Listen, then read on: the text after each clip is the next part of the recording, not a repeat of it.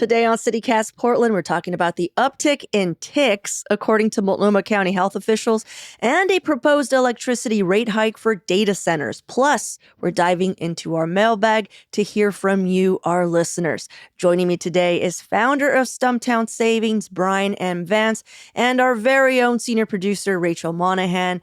Thanks for being here, you guys. What's up? Hey. Thanks for hosting us. Of course. I love that whenever I'm like, hey guys, both guests always wait like 2 seconds and then at the same time decide to say something. And this is not just you guys. It's like literally everyone. It's a phenomenon and I want someone to investigate it. I have a theory. I think we don't want to step on each other's toes, so then we inadvertently step on each other's toes. So you know what it is, you guys? It's a Portland stop sign. Exactly. Yeah, it is. It's like it's a Portland four-way stop. Because I've heard other shows, and let me tell you, they're jumping in. They're just going.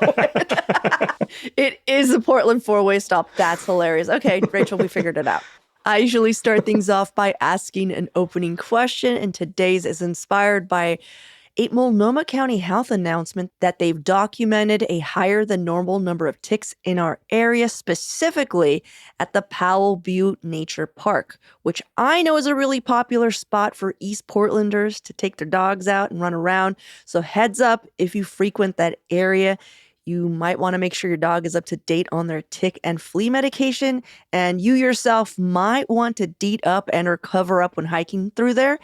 Also, you might want to give yourself and your dogs a more thorough check on your way out from that area. The good news, though, is that Oregon in general not only has less ticks than most states, but our tick bites lead to less complications. For example, Multnomah County has only recorded 16 Lyme disease cases among residents in the past decade, and all of those individuals were exposed to the disease while traveling outside of Oregon. So I think that's pretty good news. They didn't get it here. Yeah. No need to burn everything you own. Still kind of a bummer, though, as we head into summer and we need to wear shorts, which leads me to my opening question. As we can all attest, Portland summers are glorious. We have super long days, milder, warm weather than most, no humidity, little to no mosquitoes, and amazing fresh fruit and produce easily accessible at farmers markets. And now we have free shuttles that can take us to Forest Park and the zoo for free. Did I say free shuttles? Yes, I did. So my question to you both is, if you had to come up with something, like just one gripe, one Debbie Downer, what would it be? Well, I'm going to check you on the little to no mosquitoes, because out here in East Portland, they're terrible. The past 2 years, they have been horrendous. I don't know. I mean, I know that last year there was an issue with like the county wasn't able to spray in time or something like that, and it was awful. I mean, we literally could not spend time in our backyard last year because there were so many mosquitoes. But in general, it's the idiots who set off fireworks constantly. Like, you don't need them. And also, like, in the summer, we don't have enough moisture and it always leads to fires. Just stop. Just like go watch a YouTube video. It's going to be way better in the end and a lot cheaper. Just don't set off the fireworks. Okay, let me just pause here. What you're suggesting, Bryan, is like, hey, just go watch a YouTube video of better like fireworks. Setting up. Okay, watch YouTube videos of fireworks. That's really going to get your rocks off. I gotta tell you, Bryan, it's a terrible option. Well, then maybe they should go see a therapist about their obsession with exploding things. That's a better option. That is all. Okay, Rachel, what about you? I have a little bit of a downer thing to say. So I was going to start with, it's just too sunny. It's just too sunny. Really? Such a Portland thing to say. There's too much sun. I have two other things. One is kids are out for the summer. So if you have a kid, all these fun things become not fun, like fireworks, like if you have a baby, or like the time change, which we all hate, is particularly abominable with children. But summer is also that way of like, you know, camps are great, but also cost money, and also the structure of school is really awesome for working families. Fireworks and kids. Okay, go on. No, it's no school for the summer. Yeah, okay, kids. Gotcha. I like that little political twist there. But the real thing that we all know sucks about Oregon summers is wildfire season. And mostly that's so far has only hit Portland as smoke, but that can be terrible. And it's looking like there's a potential for a bad fire season. So the worst part is smoke, I hope. Yeah. You know what's so funny is when we came up with this opening question, we thought it would be so hilarious if we try to find a negative thing in our glorious summer. And now I'm like, maybe that wasn't a great idea, because now I'm just like, oh yeah, wildfire. Oh man. Well, thank you both for your answers. Just some quick tips before we move on. Ticks are present all year long, but are most active, unfortunately, in the spring and summer. Again, it's recommended to always have your arms and legs covered when going on hikes, especially if you're going to go through any tall grass. For my North Portlanders, from personal experience, I can tell you that the Dog Bowl is infested with ticks. That's this beautiful grassy knoll bluff overlooking the river on North Willamette Boulevard. It's a popular spot to watch the sunset, forage for wild fennel, and just like let your dog run around. It's an awesome spot. Just be careful, especially if you have dogs that love running in the tall grass like I do. Health officials say if you get bitten by a tick, to remove the tick immediately using fine-tipped tweezers by pulling straight up with steady pressure. I think we've all heard of this. I don't think any of us understand what that means. Look online. There are pictures and YouTube videos. YouTube videos, yeah. Yeah. Once you're done watching all those fireworks, yeah, check out how to pull out a tick. Also, don't crush the tick with your fingers. It's best not to touch it at all. Either flush it down the toilet or seal it up in a plastic bag or jar. You can get the tick tested, but even if the tick is infested with, say, like Lyme disease, it doesn't necessarily mean you're going to get it. So officials say it's best to wait and monitor for symptoms, which include fever, headache, body aches, flu-like symptoms, and a rash around the bite area. And then, of course, if that happens, go see a doctor. Also, officials rely on reports from hikers and residents to help identify tick hotspots and encourage anyone who find ticks to report them to the county health department. I should probably report the Dog Bowl. I don't think I've done that. And no, they don't have like an active hotspot map that you can look online, because I just looked for, I was like, oh, well, if they're reporting it, they must be gathering this data and presenting it, right, guys? No, it's the county. Why would they do that? They're like, data? What am I going to do with this? All right, well, let's take a quick break here. And when we come back, how PGE is looking to raise electricity rates for data centers, and what is this, lower everyone else's rate? That doesn't make any sense. What is this? What is this? Opposite world? What is this, opposite day? Come on.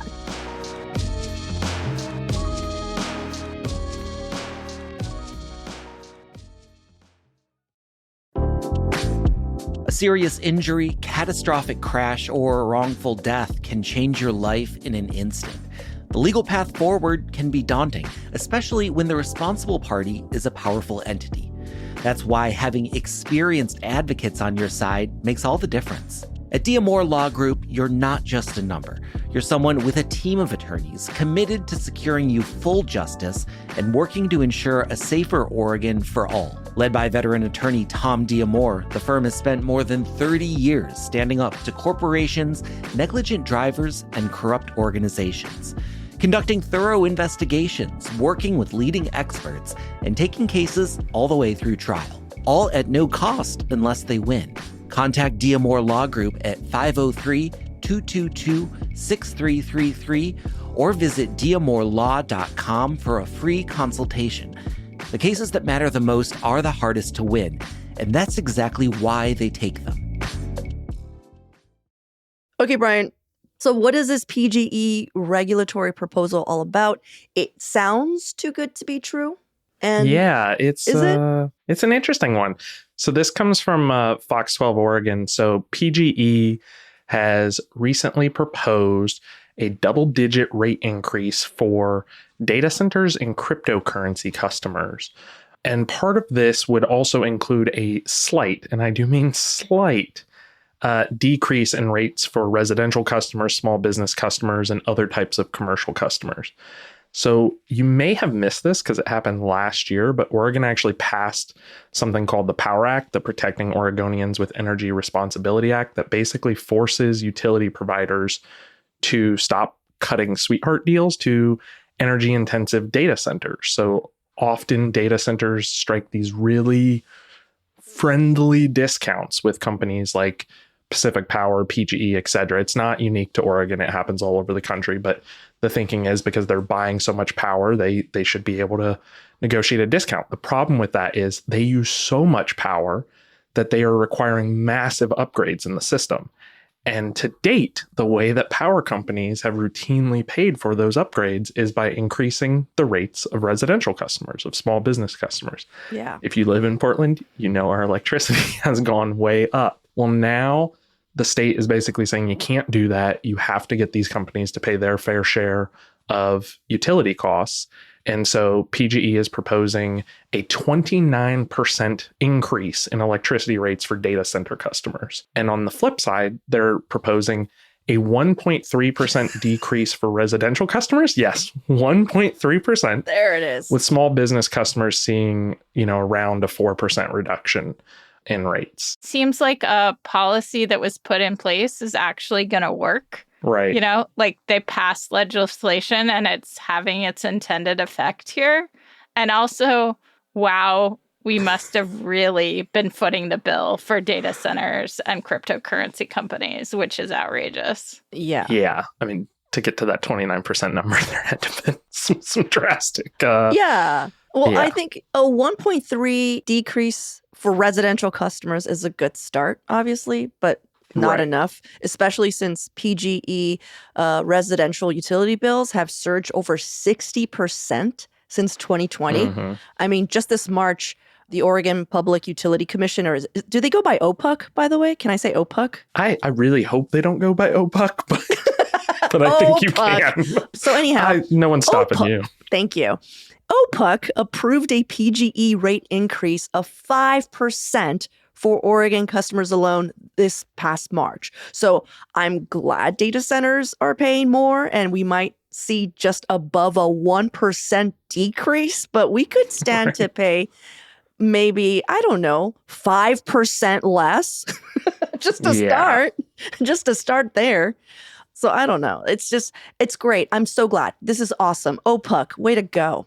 Oh, actually, it's not even OPUC. OPUC, don't screw this up because they have to approve it. Right. They have to approve it. It's actually PGE proposing this, which is, PGE, wait, nice are to they see. our friend? No, they're not. Never mind. I'm with you though. 1.3% seems like the bare minimum that they could do here. It'll be interesting to see over the course of the next year, because it seems like for the past few years, we've been getting rate increases, what feels like every month. Every month. Not quite that. No, it's like every not year. Quite that common. Yeah. Yeah. So it'll be interesting to see if it goes down a bit more next year for residential customers. I would like to think that if you're actually making what you should be making off of your most intensive customers, and you're able to funnel that into, paying for all these upgrades that they've been trying to do to get more green energy on the system, that could lead to reduced costs. Because the whole thing with renewable energy is like, yes, it requires a massive upfront cost, but in the long term, it is cheaper. And so if they can get this influx of cash from the Amazons and the, who's the other big data center people? I don't even know. Most of them aren't, public facing companies. Meta. Yeah, Meta. That's right. Meta has a ton of them here. Yeah. Ideally, I would hope that results in lower bills for everyone in the next, few years, because Lord knows price of electricity has gotten too damn high. You're right that the test is like what happens long term, not just what happens this year. Yeah, because 1.3% ain't enough, No. 1.3 is definitely not enough. But I will say that a big portion of why we keep getting increase after increase is also wildfire related costs. We're like mitigating wildfire expenses. So we're basically paying for PGE to create a good infrastructure for themselves. Utilities, it's a good business to be in if you're a utility provider. You kind of get a monopoly. Well, it's such a mix of like a public good and a private for-profit enterprise. Yeah, I'm really jealous of our neighbors that have energy co-ops, so they're actually publicly owned utilities. It would be interesting to see if we could ever get to that stage in Portland. Not holding my breath, but I can dream. Yeah, but I do love that board that we're like, okay, these are the people that are going to oversee these for-profit entities will be called OPUC. OPUC from here on like, out. OPUC, what now? OPUC. All right. OPUC. I think the big thing to take away from here is that you shouldn't really expect lower energy bills for yourself right now, but you should, rest easy knowing that these mega corporations aren't getting sweetheart deals at your expense anymore, which is nice. Yeah. Again, this feels like the opening question where I'm like, hooray, summer. And then it's like, hooray, rate decrease. Oh, 1.3%. Okay. Like, why even do it at that point? Hey, no, I'm glad they did. I'll take that. I'll take that. Look, I shouldn't say I'll that. begrudgingly take that 1.3%. I will grumble to the back with it. I'll be like, thank you. But you could do more. You could do more. Yeah, we all know. All right, well, let's take a quick break here. And when we come back, Rachel has some listener notes and bumper stickers to share.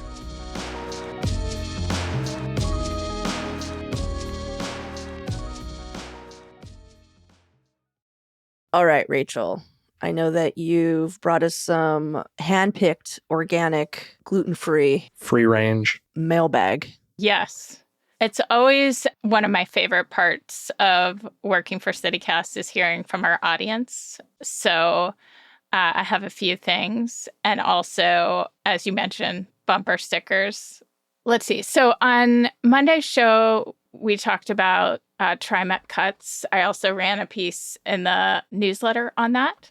And we got a response from a CityCast Portland neighbor who said, I'd like to share my blunt observations about TriMet. I ride multiple buses and trains every day, and I teach at PSU and hear from students and former students that they no longer feel safe on the bus and train. I've been threatened myself and so far have de-escalated all threats, but the environment is so chaotic that anything could happen at any time.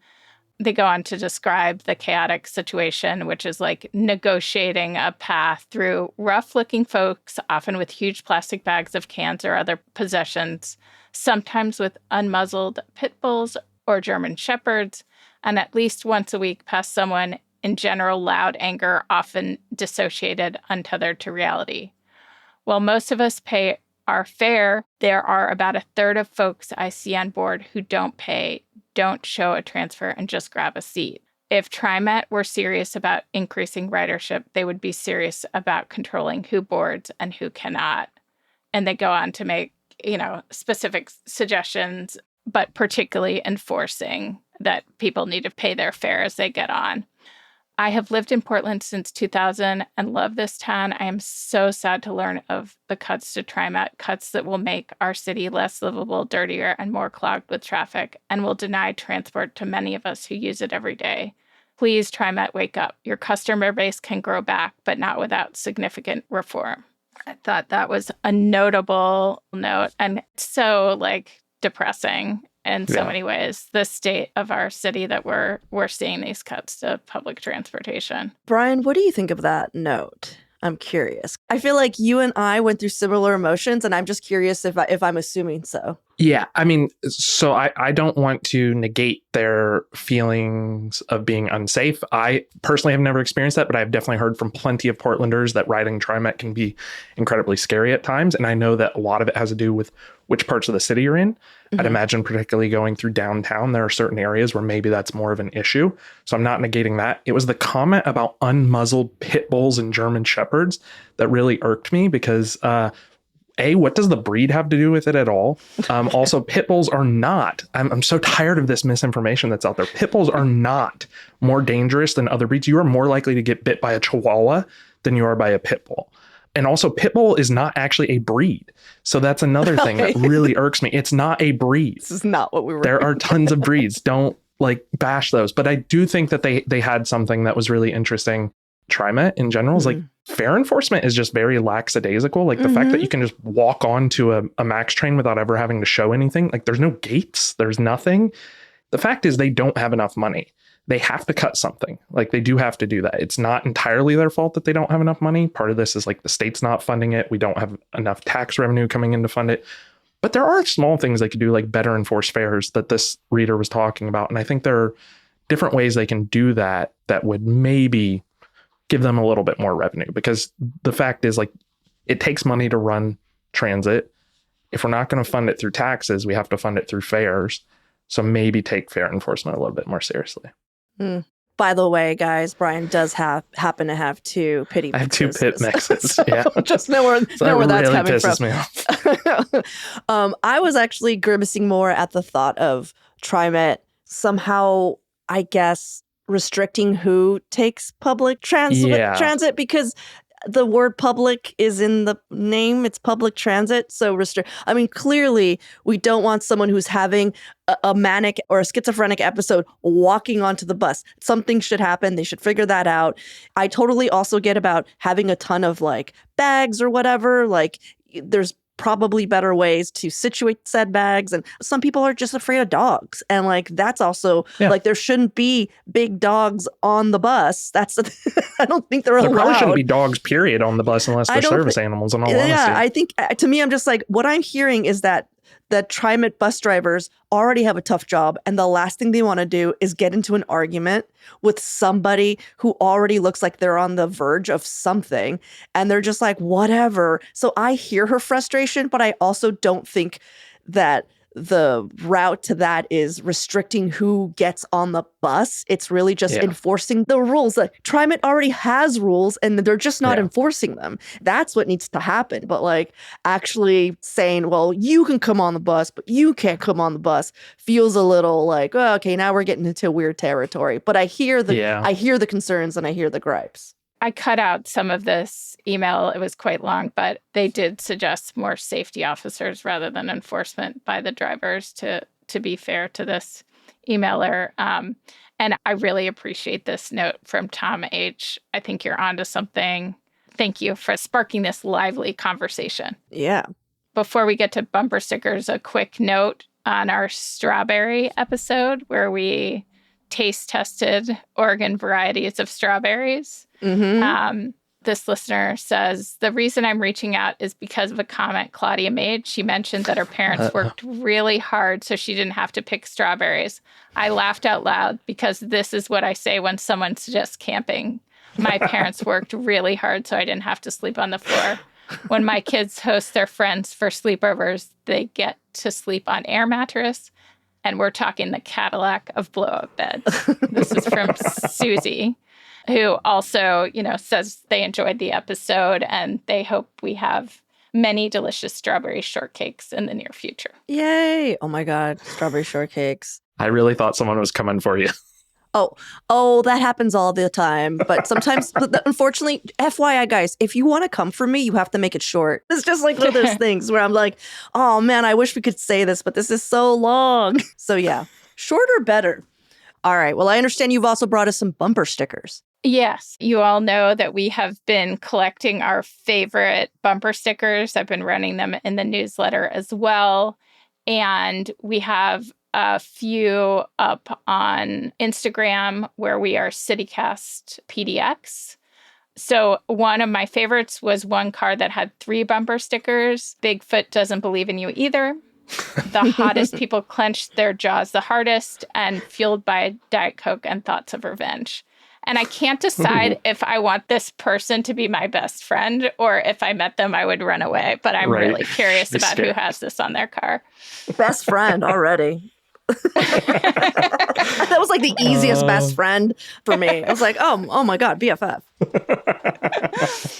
This one came in a while ago, but another car has a black and yellow warning label type message. And it says, caution, this car makes frequent stops at your mom's house. I feel like the ancient scripts are being lost. Like, I'm not hearing a lot of your mom jokes from the younger generation. It's like dozens or anything. It is a creative kind of thought process that is being lost, Yeah. Also a lack of D's nuts jokes. And and I feel like I haven't heard one of those in years. I don't know. Yeah, I don't know if it's AI or just too many screens, but we really need to get back to the basics with youth here. If anyone takes anything out of this episode, it's please, we need to teach our young. It's summer. What are they doing anyways? They should be learning how to sneak. How to be cruder. Yeah. Well, how to be a little bit more creative in thought and speech. That is all I'm saying. I have two quick things. I have one more bumper sticker that came in from our audience. The message was, "My body is microplastics. Recognize and honor your body is microplastics," which just feels like it was spotted at the REI in Beaverton for sake of history. Boy. Nice. And as you may already know, we are going to have our very own CityCast Portland bumper sticker coming out soon, and we will let you know when that's available and how to get one. Are we able to unleash what it is yet? You know, I feel like it's better with an image, so I was just going to tease it. Okay. But I will say that you have heard it. It was decided by our listeners. Just FYI. If you're like, how did they come up with this? You chose it, and I think that you were right. That is all I'm going to say. I'm so excited for this bumper sticker. Yes, thank you for voting on that, all of you. Let's just hope it wasn't a bunch of Gen Z people, because as Claudia said, they lack creative writing. They do lack a lot of creativity, I will tell you that. Oh, man. Well, you guys, thank you so much for hanging out with me. Thanks for going through some mailbag. Thanks for looking through. I mean, if I can talk about data centers, I can talk about data centers all day. I need you to know that I get frequently told, we've just did a data center story. We cannot talk about data centers again, because that's all I really want to we have some issues. I want to talk through it. So if anybody out there is just like, oh, you should check this out concerning data centers, please send it over, portland@citycast.fm. I'm always looking for more reasons to get into it. But yeah, thank you so much, Rachel. Thank you so much, Bryan. Appreciate you. Always fun to be here. Yeah, it's fun to be here.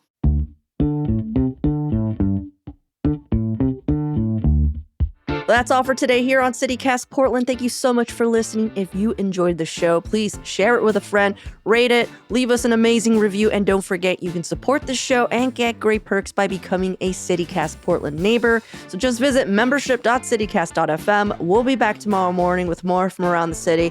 Until then, see you at Slim's or at Powell Butte with a lot of deet. And A lot of deep and long pants. My long pants tucked into my socks. Yes.